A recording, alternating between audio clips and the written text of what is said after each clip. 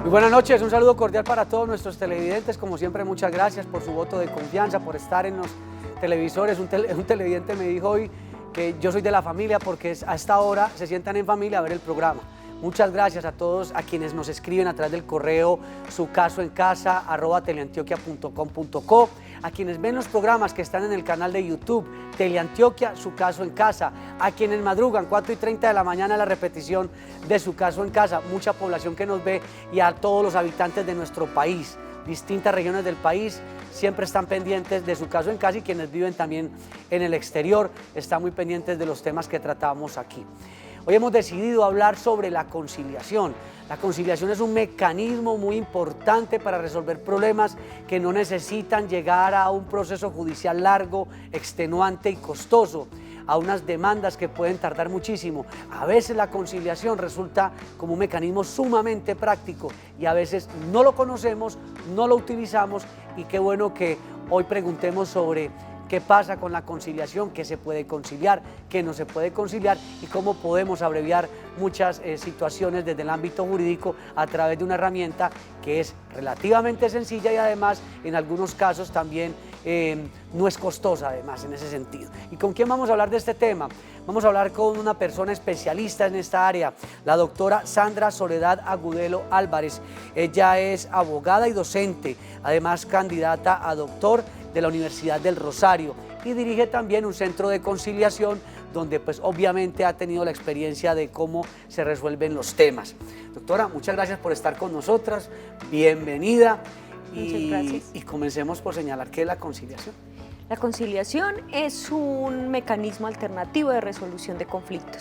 Eso quiere decir que las personas pueden ellas mismas resolver sus conflictos, o sea, de manera autónoma y directa, pueden darle solución a todos esos problemas que se les presentan y que pueden acordar directamente. Bueno, a nosotros nos gusta mucho, doctora Sandra, nos gustan mucho los ejemplos, porque con el ejemplo aprendemos todos. Claro que sí. Un ejemplo de qué se puede conciliar.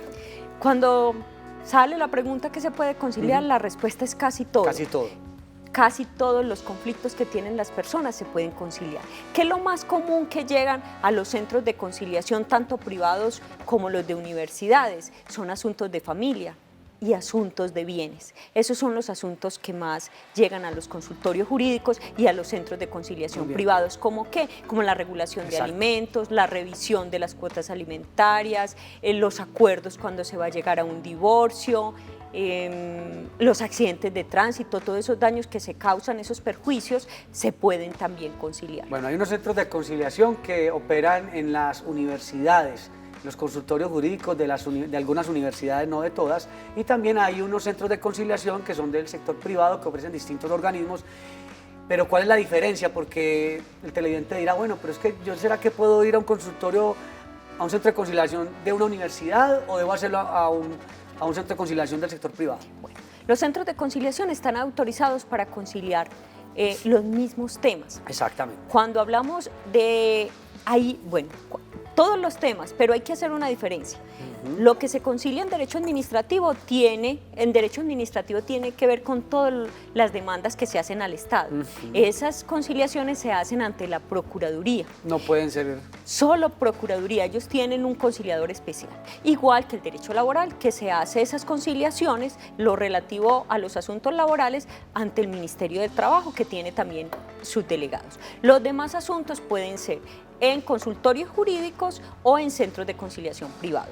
La diferencia entre uno y otro es que el servicio se les presta a los estratos 1 y 2 en los consultorios jurídicos. Todas las facultades de derecho tienen que tener un centro de conciliación, es obligatorio, pero el servicio es para los estratos 1 y 2 de la sociedad. Y los demás, con servicios públicos, claro, y los demás tienen la opción de hacerlo en los centros de conciliación privados, que son autorizados por el Ministerio de Justicia. Pueden ellos, les dan el aval para que puedan conciliar, y también lo hacen las personerías, lo hacen las notarías.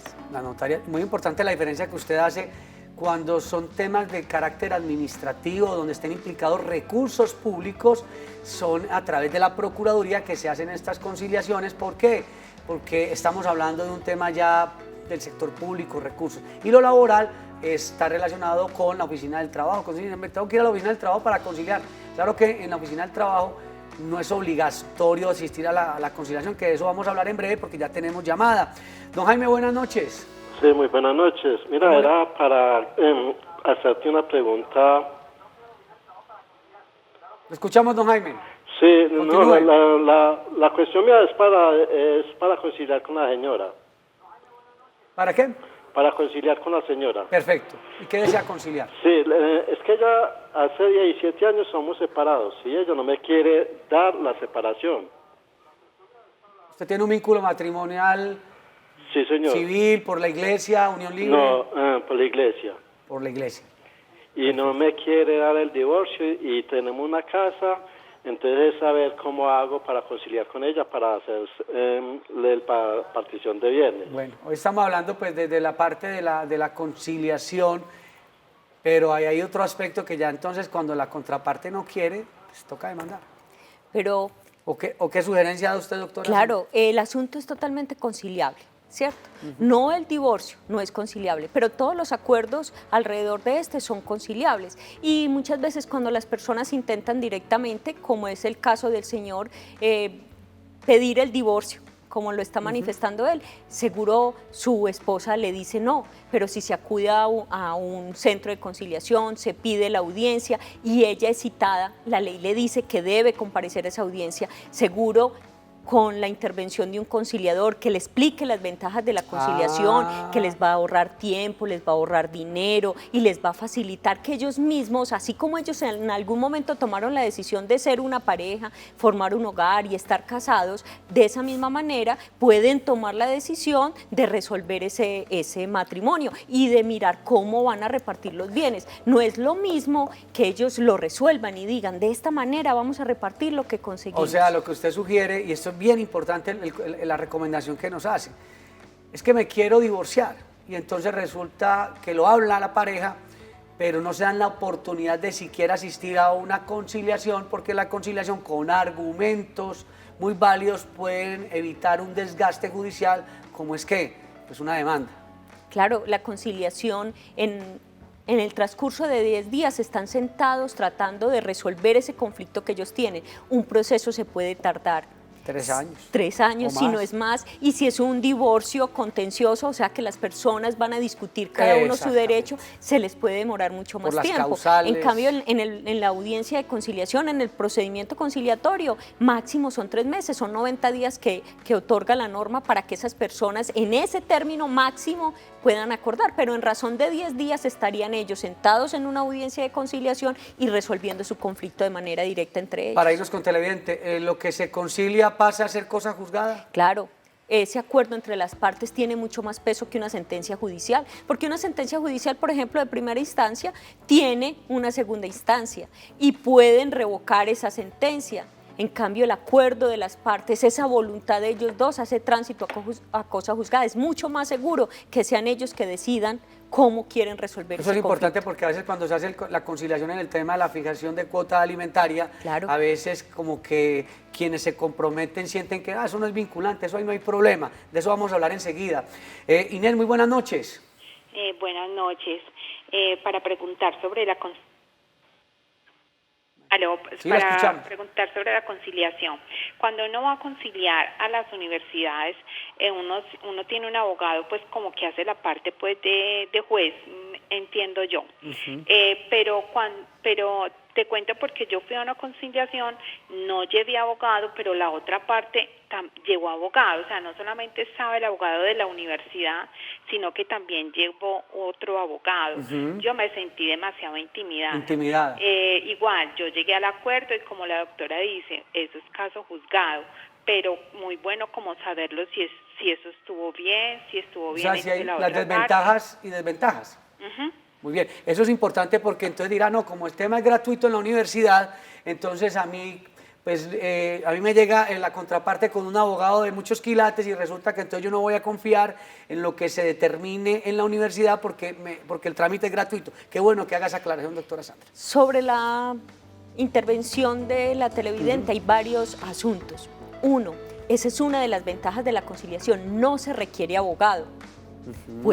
No se prohíbe tener abogado, pero no necesita abogado.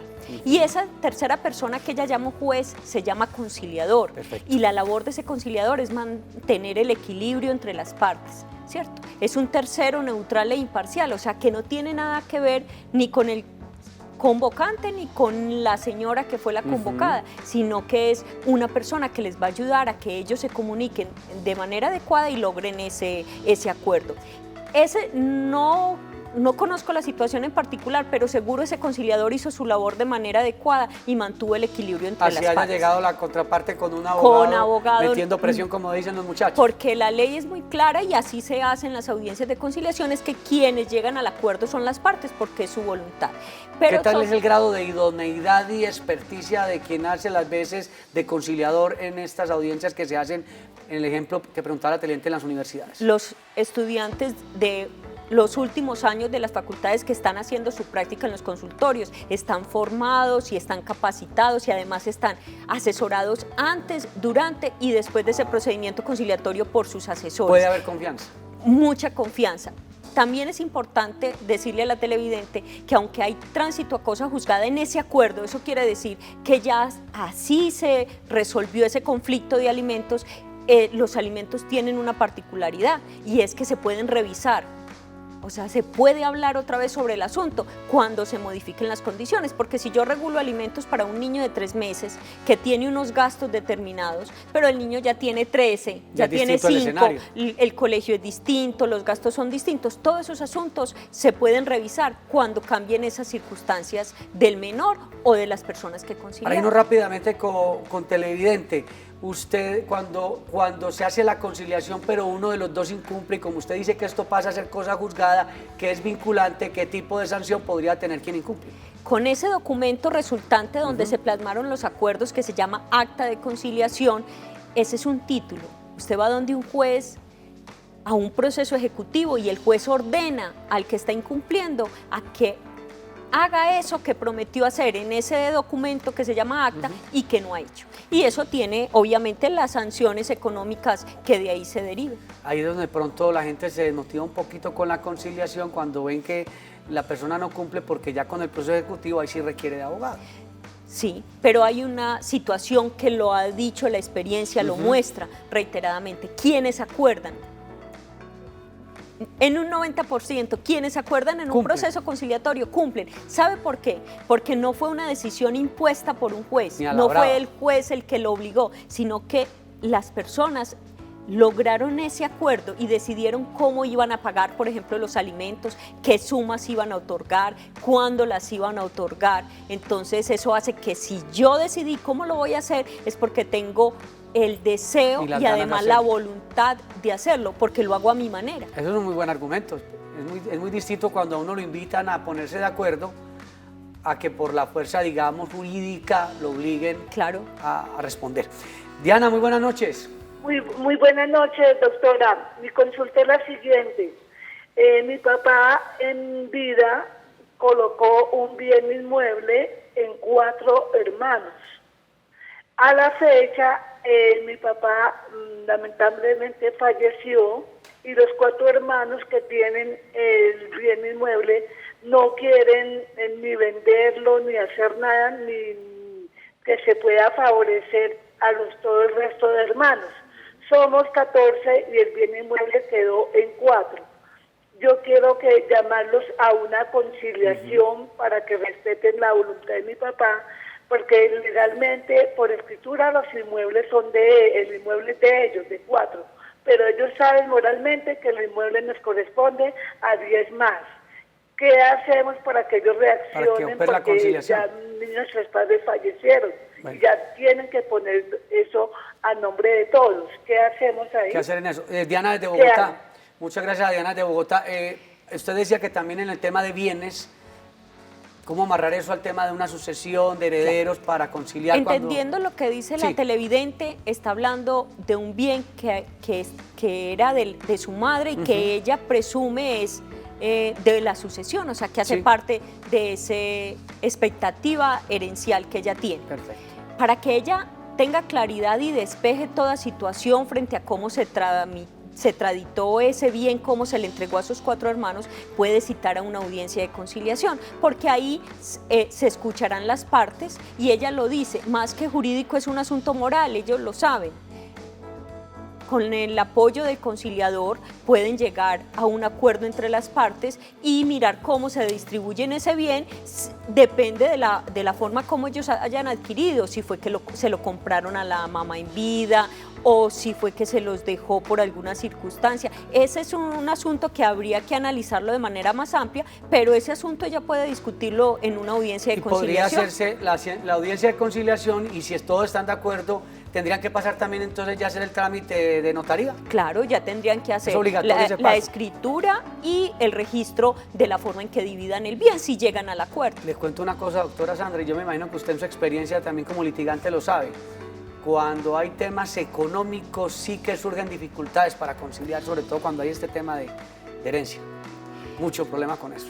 Sí, pero es mucho más fácil que las partes en una audiencia de conciliación decidan cómo se van a distribuir los bienes, a esperar un proceso, una adjudicación y que le adjudiquen en una sucesión un bien que no quiere que no es lo que necesita a sus necesidades. Y pagar también los pasivos de ese bien que probablemente no quería pagar o perder la oportunidad que uno de los herederos le diga, venga, es que yo le compro su parte y tratemos, que al obligado a través de una sentencia de pronto le toque algo que no quería. Claro. Qué bueno la conciliación en ese sentido. Vamos con más televidentes. ¿Con quién tenemos el gusto hasta ahora? Buenas noches. Muy buenas noches. ¿Con quién tenemos el gusto? Con Alberto Cardona de aquí de San Cristóbal. Don Alberto, gracias por estar con nosotros. Felicitándolos por su programa tan interesante y siempre tan importantes que no me los pierdo a diario. Qué bueno. Yo tengo una demanda laboral y tengo claro que una demanda yo tuve una conciliación y hace tránsito a cosa juzgada y presta mérito ejecutivo.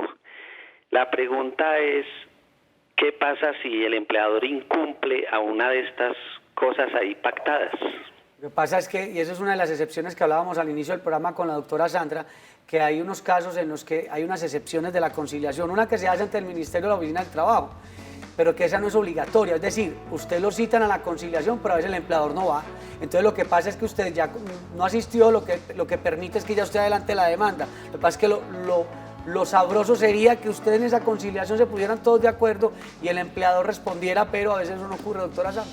Entendiendo lo que dice el televidente, él ya llegó a un acuerdo con su empleador y le incumplió. ¿Cierto? Igual, el trámite es el mismo, es el proceso ejecutivo, es ir donde un juez con ese documento, con esa acta y decirle que le incumplieron ese acuerdo y que obligue a ese empleador a cumplir lo que ahí prometió. ¿Sería más fácil ese tema ejecutivo que ya un proceso laboral más extenso? Lo que pasa es que como ya tiene título, es mucho más corto y ya tiene un acuerdo, el juez va a obligar a cumplir. Hay que tener en cuenta también que hay otra audiencia de conciliación y puede ser esa audiencia de conciliación dentro del proceso, que es la audiencia de conciliación procesal, que todos los procesos la tienen consagrada. Al inicio, dentro de esa primera audiencia o etapa del proceso, está la posibilidad de que las partes también concilien, pero ya lo harían ante el juez y dentro de un proceso que ya se convierte en otro asunto. Pero lo bueno y la buena noticia que usted nos da es que efectivamente nuestro televidente ya tiene un buen terreno, porque como ya el empleador reconoció y hubo una conciliación, para el juez va a ser más sencillo, que usted ya tiene toda esa carga de la prueba muy delimitada para que tenga a favor que se cumpla un proceso ejecutivo, a ver cómo le exigen que pague. Un embargo, no sé. Claro. Muy bien. Vamos con Jorge. Don Jorge, buenas noches. Muy buenas noches. Gracias por estar con nosotros, su aporte, su pregunta. Vea, la preguntita mía es, yo compré un 50% de una casa, de una partición de bienes. Entonces, no me han querido entregar esa mitad mía. La casa la tienen arrendada, tampoco me están dando arriendos. Entonces, ¿qué hacer para cuando eso ya está demandado en un juzgado? ¿Qué hacer para cuando salga ese proceso, poder recuperar los arriendos que me corresponden? Bueno, pues estamos hablando un poquito de la conciliación, ya el televidente nos manifiesta que ya adelantó un proceso, una demanda, pues en el fallo me imagino que tendrán que entrar, se deberá repartir todos esos frutos que tuvo esos arriendos a los que él no tuvo derecho. pero para completarle al televidente, igual se puede conciliar antes del fallo en cualquier momento. O sea, indistinto de que él tenga un proceso, no tiene que retirarla. El proceso puede seguir, pero él puede convocar a la contraparte a una audiencia de conciliación y tratar de llegar al acuerdo sobre esos asuntos que él nos está diciendo que son los frutos o el arrendamiento. Mientras no haya fallo, las partes siempre tienen disposición de esos derechos que están discutiendo en un proceso. Supongamos que entonces llegan a esa conciliación y la conciliación prospera. ¿Qué pasa entonces ya con la demanda? Ese documento, acta de conciliación donde se plasman los acuerdos, se le lleva al juez y se le dice, señor juez, le solicitamos que termine el proceso porque nosotros llegamos a los siguientes acuerdos que están plasmados en este documento que tiene plena validez. ¿Y no serían condenados en costa por haber puesto el aparato judicial a funcionar para luego buscar una vía más rápida? No, porque es un acuerdo de voluntades, es un acuerdo entre las partes y se daría la terminación sin esas costas que genera el proceso. Sería antes una economía procesal lograr Claro, y en tiempo. Las personas lo que deben valorar con la conciliación, que es una de las grandes ventajas, es lo rápido que es la conciliación. Muchas veces las personas se desgastan en un proceso durante mucho tiempo y tienen hasta los resultados esperados con el fallo. Pero lo que nos tenemos que preguntar es si lo que reciben, lo reciben en el momento adecuado y lo reciben con el mismo valor que debían tener 2, 3 años antes que lo pudieron haber resuelto con una conciliación. Es mejor, ¿cómo es el dicho de que es mejor un pleito? ¿Cómo es la frase? Ese dicho sí no aplica. No, siempre será mejor un buen acuerdo y a la par siempre será muy buen proceso. Ese dicho no se aplica para la conciliación. No, los acuerdos siempre serán buenos siempre y cuando sea la voluntad de las partes y sea lo que satisface la necesidad de las partes. Y un proceso judicial siempre será mejor que la conciliación cuando no deja a las partes satisfechas, porque lo que busca la conciliación, que es la voluntad de las partes, es que queden contentas con esa solución que ellos mismos se propician. Bueno, vamos a ir a una corta pausa y ya regresamos hablando hoy de la conciliación, qué se puede conciliar y qué no se puede conciliar.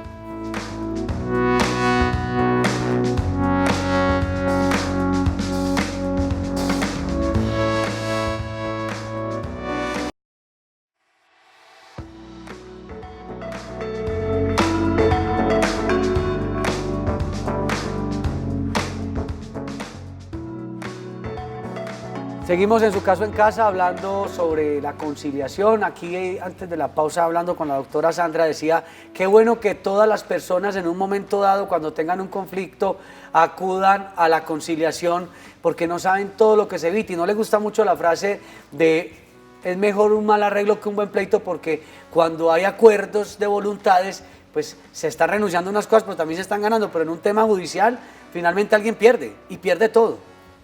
¿O no, doctora? Sí. Claro, cuando es vencido en juicio. Totalmente. Laura, buenas noches. Buenas noches, ¿cómo están? Muy bien, gracias. Bueno, mi pregunta es para la doctora. Sí. Tengo un niño de 7 años y desde el 2013 llegué a una conciliación con el papá para la cuestión de los alimentos. Él me decía que no podía darme sino 100.000 pesos mensuales. Yo le acepté. Pero desde el 2013 él siempre me ha seguido dando los mismos 100.000 pesos mensuales y nunca le ha subido.